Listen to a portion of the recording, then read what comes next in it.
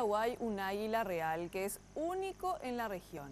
Él se encargará de solucionar el problema de las invasiones de aves que puedan afectar la salud de seres humanos y también que puedan provocar daños en las instalaciones del aeropuerto y otros lugares. Conozcamos a Taiga.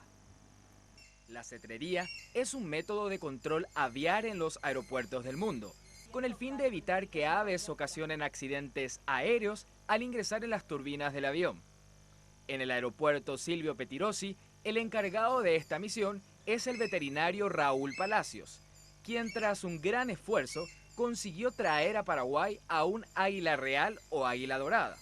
Con esto, nuestro país se convierte en el único en contar con un ejemplar de este tipo en la región.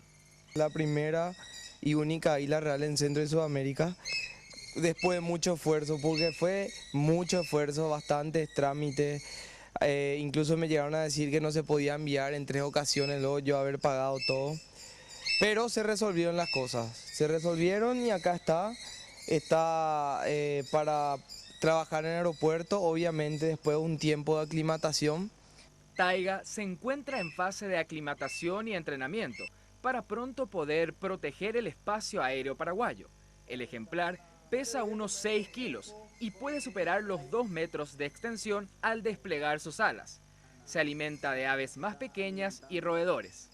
Pesa 6 kilos para un ave, la gente dice 6 kilos es poco, pero tienen que acordarse que las aves tienen los huesos huecos, o sea, trabeculados, y toda su constitución en sí es mucho más liviana que un mamífero, o sea que un mamífero con este volumen tendría que estar pesando 30 kilos más o menos.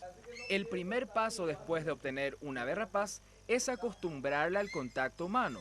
Mediante el control de peso, comienzan a ser menos agresivas y a acondicionar sus sentidos alimentándolos en el señuelo o guante. Taiga no es la única en nuestro país.